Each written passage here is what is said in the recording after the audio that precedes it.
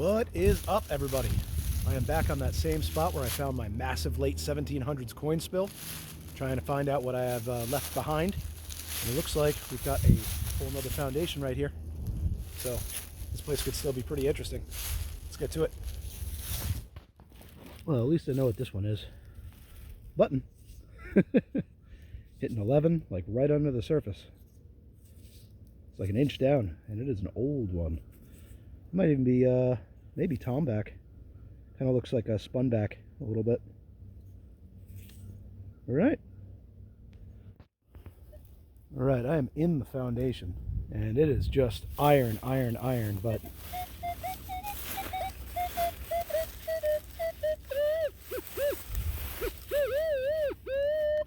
you get the idea. It's a tough spot.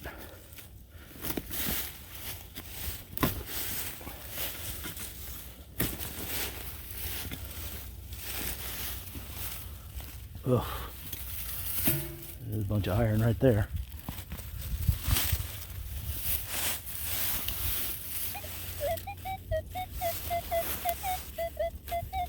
Oh, that sounds even better now that I got some iron out of there.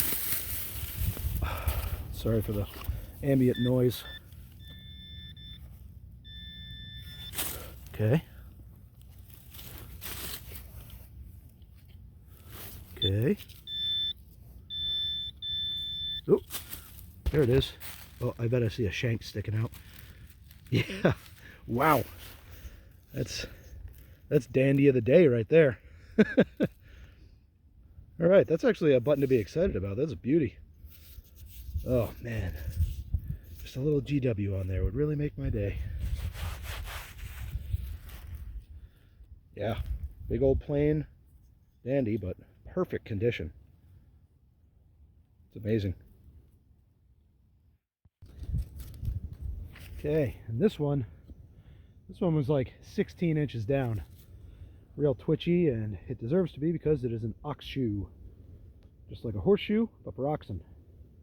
And that is an old shoe right there. Dig it.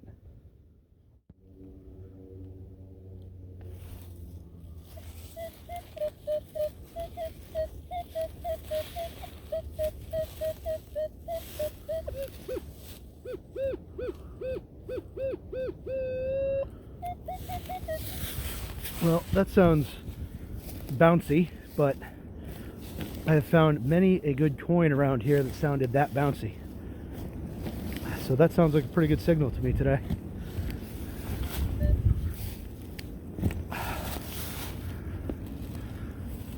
What do we got?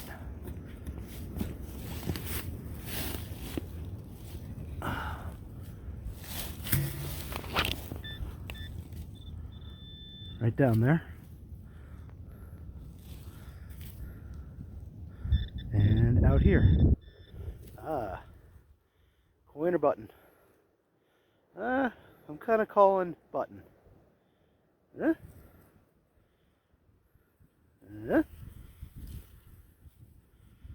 Looking like a button. Yep. Had me going for a minute though. It's a nice greenie.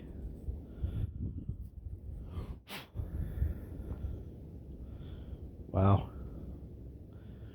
Things come out of the sand so nice. Just preserves it. Should have checked my hole quicker.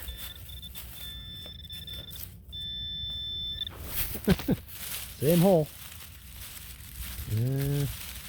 What is it? Oh, there you are. I gotcha. I think I found a whole coat here.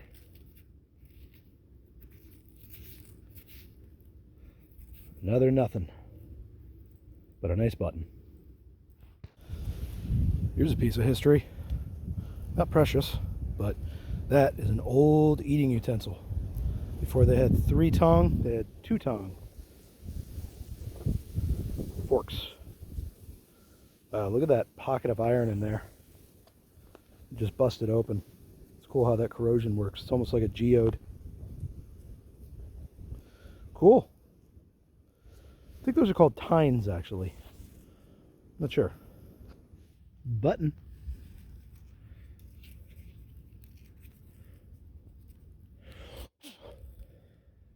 There's got to be a USA on one of these things, right? Boop.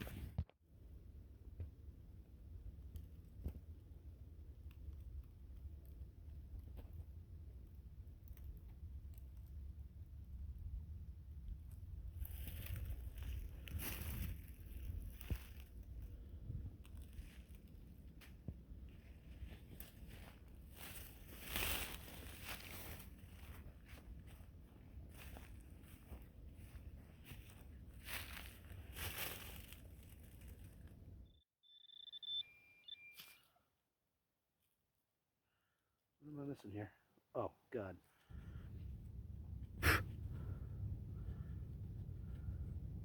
There you go. Another little flat button. And what's this? Another button. I'm sorry to everybody who's getting tired of buttons watching this. But it's what's coming up right now. And there are dozens of them. Good back mark there. 5 today. And number 6 for the day. And that will be number 7. Oh wow, that's a nice one actually. Big old concave dandy button. Full shank. Just wish there was a GW on there.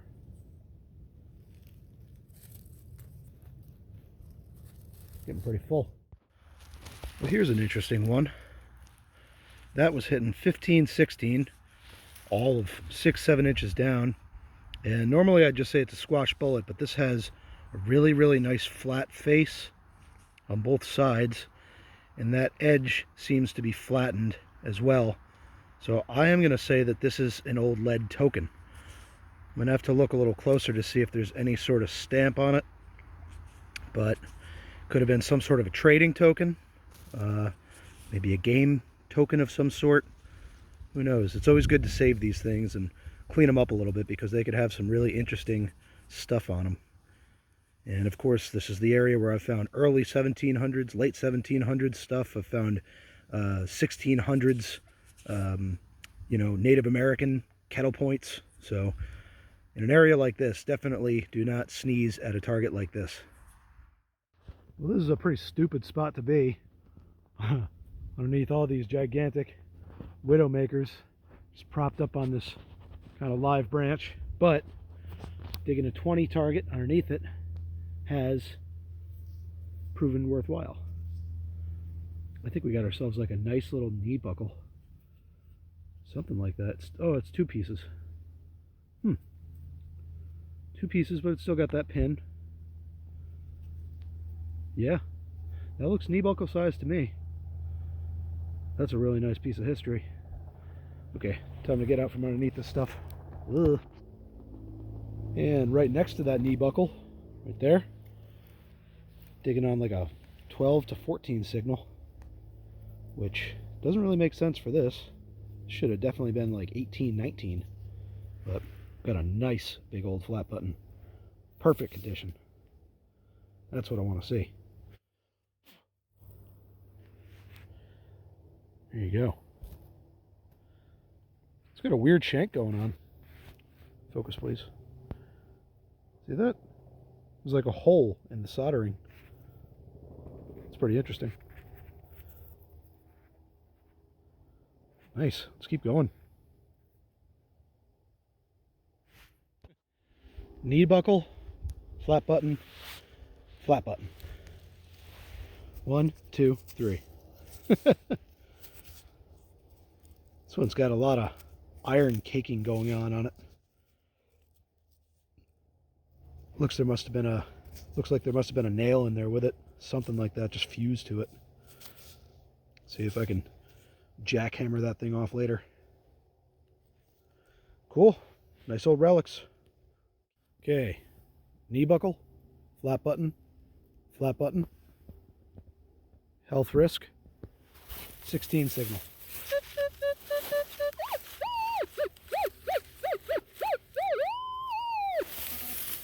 I'm expecting this to be flat button number 3.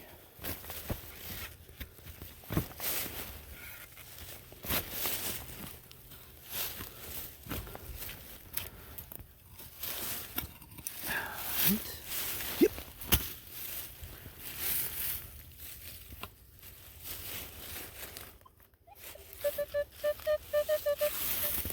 Uh-huh.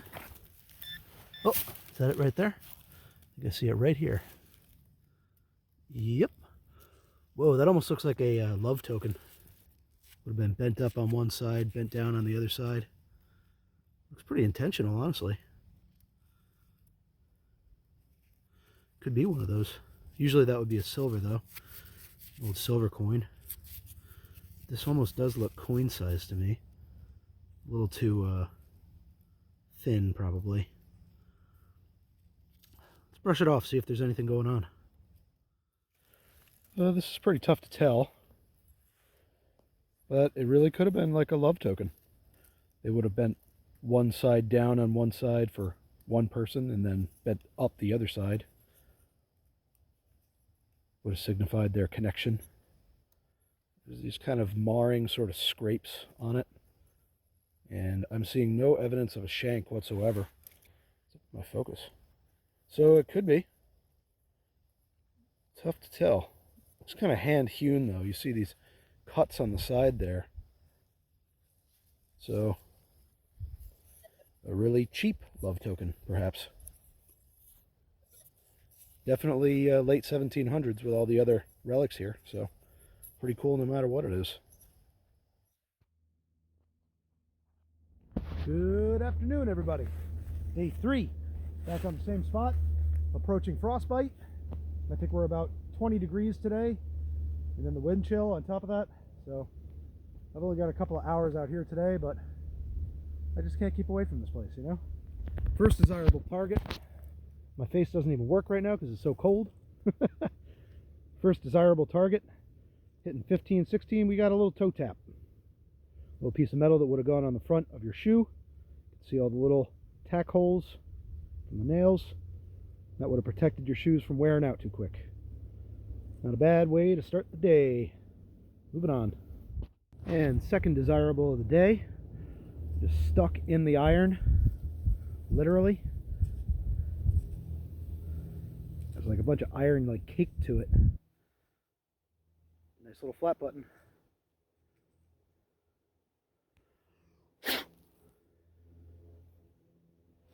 There we go. Busted shank. But it's a nice thick one. And coming in at 15-16 on the Equinox. Button number 2 of the day. The land of so many buttons proves itself yet again. Well, there's a little bit of silver. I didn't think to live dig this because it was that far under the ground, which is usually not far enough, and I did find a weedy just like 8 feet that way. So we're going to assume this is a Merc. Really washed out. Got a little bit of water on it. See what's going on. Luckily my spray bottle is not frozen today.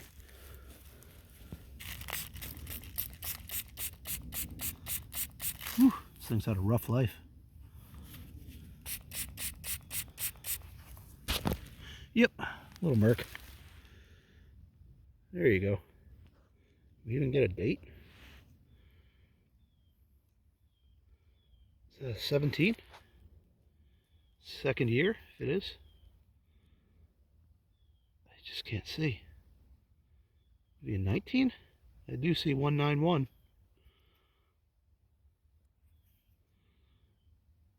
Do a little bit more cleaning. What if there was a 16D? Let's find out.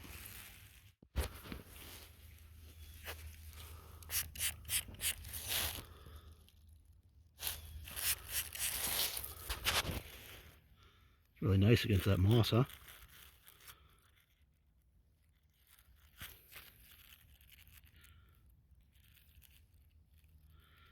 See no mint.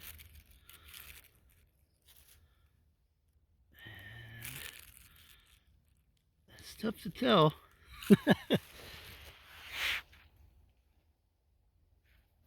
Maybe 18? Yeah, I think 1918. Cool. Always happy to see one of them. Very nice. This is definitely one of those places where you don't judge a book by its cover. Because sometimes I'm out here like pulling up pull tabs, and then Wheaties, and then Merkdime, and then like 10 feet away, this pops out. And I'm pretty sure it's a little flat button.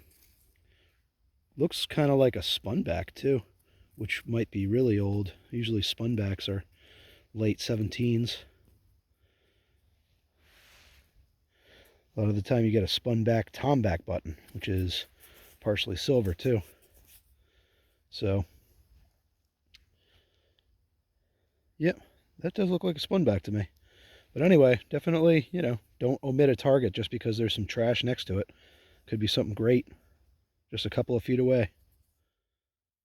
And it looks to me like we got a flat button here.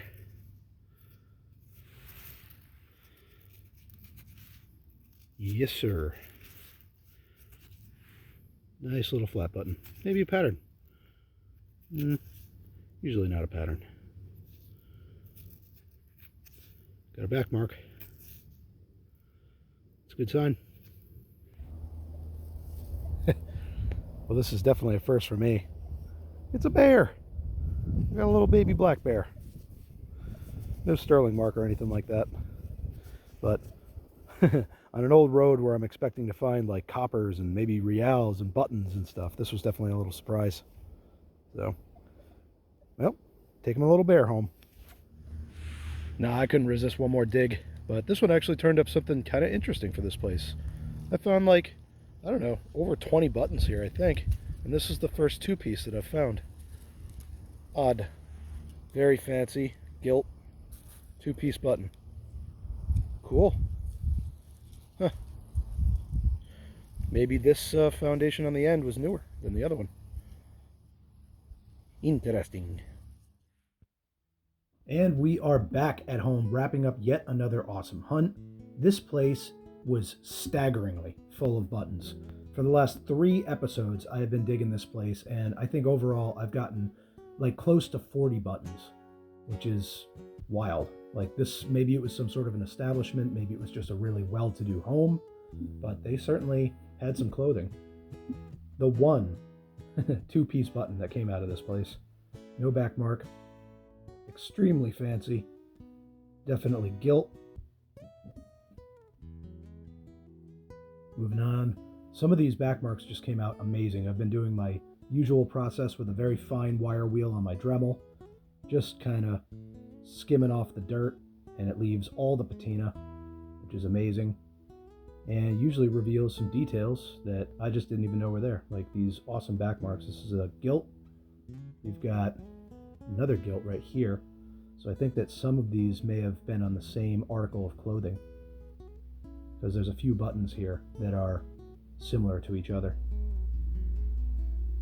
And quite a wide variety too. No back mark whatsoever. Obviously plated with something at some point. Little tomback. This one's got a nice back mark, but I can't really make all of it out. It says Imperial. And I can't really make out this side. Got another one of that same kind of variety.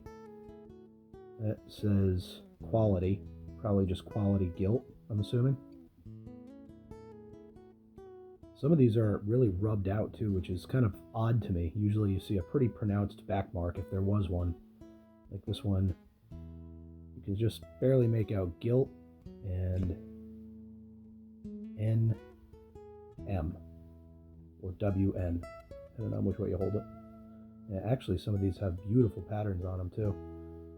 Like I say, pretty rubbed out, but I think this would have been like a little floral pattern, almost like a little flower vase. Here's a nice regular kind of back mark. Double gilt, number 2.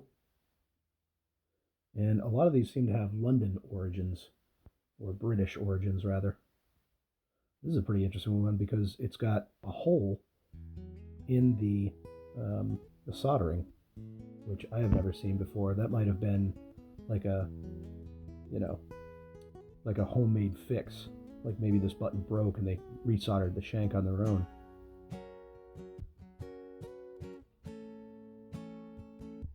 Got a nice convex gilt right there. Kind of a wreath design. Same sort of design, but this one says plated, which would have been silver instead of gold. We've got a double gilt. Another little spun back tom back, which is definitely got some age to it. And a few miscellaneous, no back marks. This one's got all sorts of iron just caked to it. Maybe sitting around with a nail in the ground. And this guy right here, a little off-center shank. It's kind of interesting. Different. A little lead token. Doesn't really have anything on it as far as I can tell. Could have just been made like a homemade game piece, something like that, or could have been a homemade, trading token of some sort. Also could have been something Native American. Toe tap. Standard toe tap. Little love token. Nothing else really came off of this, just those kind of striations on it. But certainly has the look of a love token. I'd believe it. And moving up to the front row. Another of these really, really nice floral design buttons. Don't really know which way that goes, but you can see that was some nice pattern work that they did on there. No back mark, but beautiful condition. I really like this one just because the stamp is completely off center, which tells me this might have been like a really early, imprint stamp button. I don't even know what it says. Gilt L.H.S or gilt L.H and S W.C.O.N. I wonder if that could have been Connecticut. I don't know. Early Connecticut button. That's just a phenomenal example of a back mark right there. But my camera won't focus. Plated with this kind of Roman-like design around it. And sort of a bow in there. Still got quite a bit of that plating left on it, though it's pretty washed out. Moving towards the front, there is a nice spun back. Big old spun back tom back button. Nothing on the face, but it's got a nice sheen to it. That's what that wire wheel does on the Dremel. Has to be a very fine wire wheel, but it will do a good job on your non-precious relics. This is probably my favorite button to come out of here. It is just so fancy. Convex flat, nice floral pattern in the middle with this kind of dental sort of rim. Full shank. Probably a pretty early one. Very fancy for the time. Right up in the front, big old dandy button. One of the bigger ones I've ever seen. Completely plain, but also in phenomenal condition. That's a really cool button. Great for display. And we've got a 1918 Merc. A lot clearer now that I have it all dried up, cleaned off. No mint. Pretty washed out, but nice little early piece of silver from the 1900s. And way up in front, my 18th century knee buckle. I'm not exactly sure that it was a knee buckle, but you look at similar varieties online, and this is pretty well in line, a little less fancy than a lot of them. I thought it was a two-piece because it's got that sort of like indented design going around the side there, but of course it's not. It is one piece. Just a little bit of fancy. But I am calling that a knee buckle. Yeah, it's amazing what kind of relics have come out of this place. Everything from a gigantic 1700s coin spill, all sorts of interesting relics and buckles. It's like a late 1700s collector's starter kit at that place. So I think that I'm finally done digging it for now. I have spent 3 episodes there, spanning, I think, like 5 days. Only a couple of hours some of those days, but, you know, still it took all of that time to really dig the place out. And I think that I'm finally satisfied. I'm going to let it sit for a while and maybe come back once that dirt settles again. But what a crazy amount of relics that have come out of this place. Maybe like 40 buttons, colonial, or not colonial coin spill, but late 1700s coin spill, 1760 real, and shoe buckle frames, knee buckle frames, buttons, buttons, buttons. Really, really amazing spot.